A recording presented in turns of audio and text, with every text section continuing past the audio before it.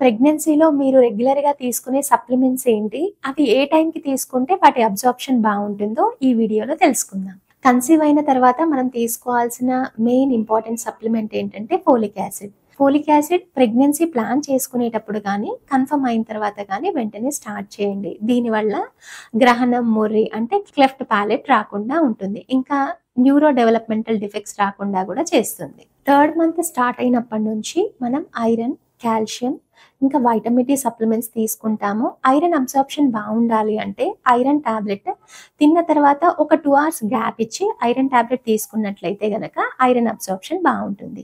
Calcium మధ్యాహ్నం తిన్న తర్వాత లంచ్‌తో పాటు తీసుకోవచ్చు. దీంతో పాటు వైటమిన్ డి సప్లిమెంట్స్ తీసుకోవడం వల్ల బేబీకి మస్కులర్ ఇంకా బోన్ డెవలప్‌మెంట్ బావుంటుంది. బేబీ గ్రోత్ అంటే వెయిట్ తక్కువ ఉన్న వాళ్ళకి అయితే అమైనో యాసిడ్స్, మెగ్నీషియం, జింక్ ఉండే సప్లిమెంట్స్ అడ్వైస్ చేస్తాము. ఎవరికైనా ముందు ప్రెగ్నెన్సీస్‌లో మిస్‌క్యారేజెస్ అయినట్లయితే వాళ్ళకి మాత్రం ప్రొజెస్ట్రాన్ సప్లిమెంట్స్ ఇస్తాము. మీ గైనకాలజిస్ట్ మీ కండిషన్‌ని బట్టి ప్రిస్క్రైబ్ చేస్తారు. సో, క్రమం తప్పకుండా వాటిని తీసుకోండి.